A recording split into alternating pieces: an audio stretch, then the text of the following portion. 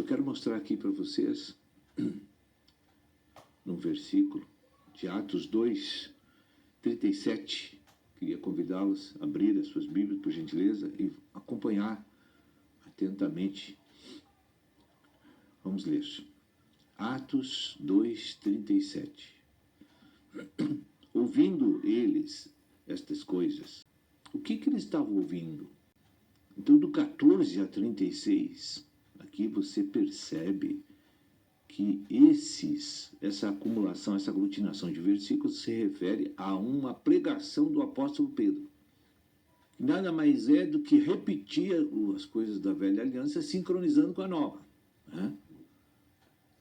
E no 36, quando ele conclui o sermão, a pregação,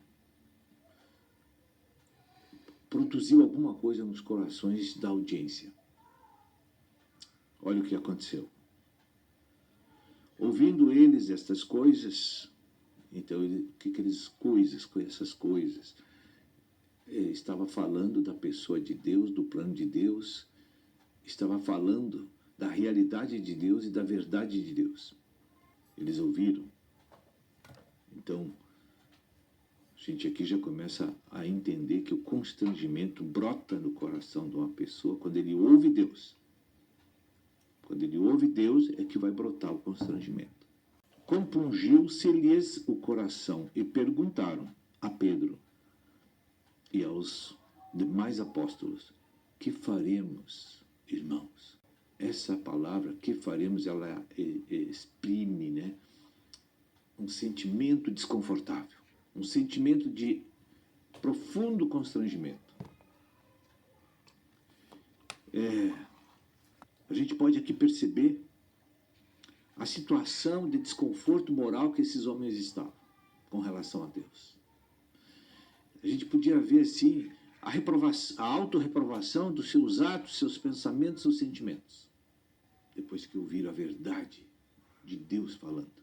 O temor de Deus invadiu o coração deles.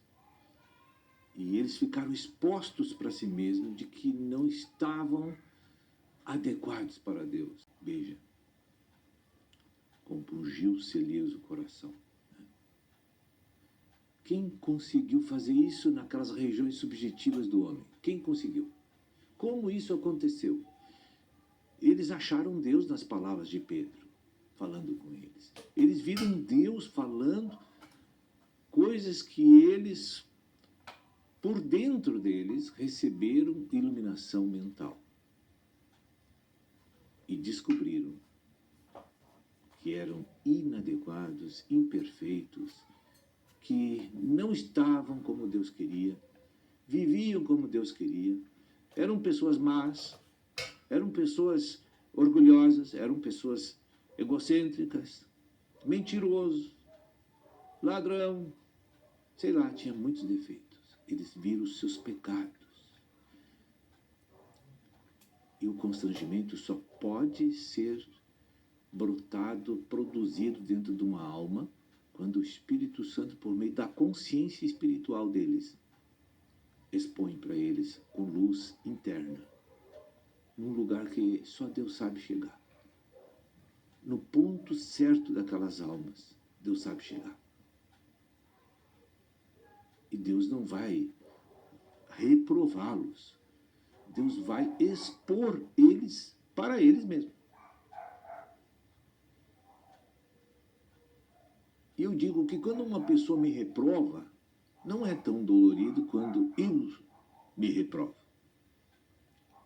Quando eu, mediante uma observação de uma situação, de uma palavra, de uma verdade, eu fico constrangido. Aquilo dói muito mais. Quando uma pessoa diz que tu é isso, tu é aquilo, tu nem dá bola, porque eles não podem fazer nada contra ti. Não pode mudar nada na tua vida. Tu só tem aquela sensação ruim assim, mas aquilo não mexe no teu interior. Né? Mas quando você ouve verdades que vêm do coração de Deus, e aquilo te expõe, você se sente muito mal. Porque a consciência que trabalha lá no íntimo, né, que sai do teu espírito humano e vai lá na tua mente, te mostrar que tu é um pecador, que tu não tem temor, que tu é injusto, que tu é faccioso. Ele mostra todos os teus defeitos. Tu é egoísta. Aí então a minha própria mente me condena. Minhas próprias emoções ficam totalmente desconfortáveis, nós sentimos vergonha de nós mesmos, de ter agido com muita atitude pecaminosa. E eu quero dizer para você que quando eu me converti, eu passei uns 6 anos assim. Porque eu olhei para o meu passado e eu olhei para aquilo que Deus me mostrou. Eu sofri 6 anos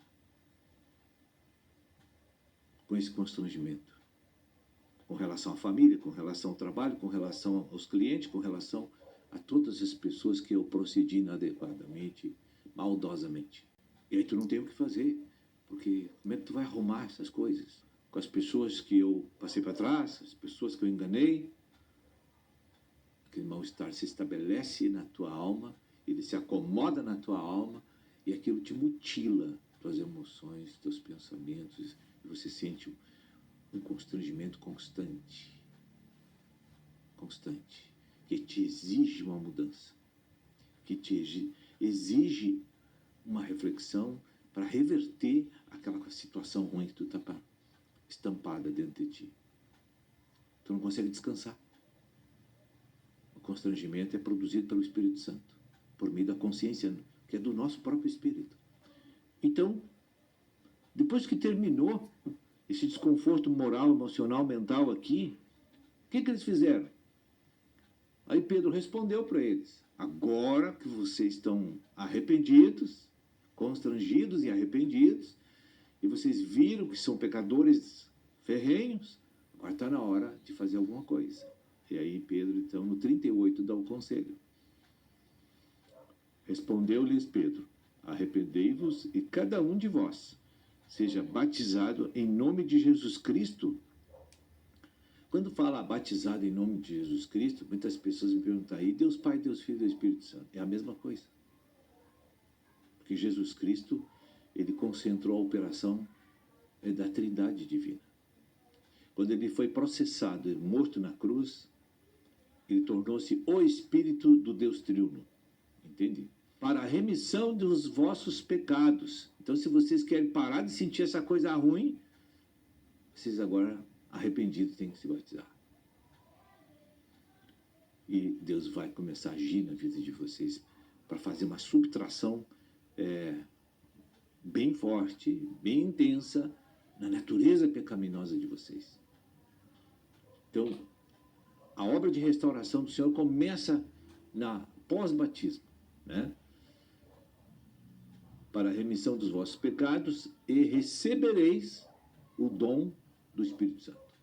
Então aí é que Deus vai descer para dentro da pessoa e vai morar no espírito dele. E aí então começa a vida de relação daquela pessoa com o seu Criador, com Deus. Bem forte, bem intensa, na natureza pecaminosa de vocês. Então, a obra de restauração do Senhor começa na pós-batismo, né? Para a remissão dos vossos pecados e recebereis o dom do Espírito Santo. Então aí é que Deus vai descer para dentro da pessoa e vai morar no espírito dele. E aí então começa a vida de relação daquela pessoa com o seu Criador, com Deus. Então, após esse fato que ocorre no batismo, a pessoa tem que mudar a sua maneira de viver. Tem que mudar a sua maneira de viver. Antes ele vivia no mundo, nas programações do mundo, vivia lá guiado pelo seu próprio coração. A partir dali, o dia a dia doméstico dele vai ter que ter uma sensível mudança. Porque agora ele tem que olhar o falar divino, que é a Escritura.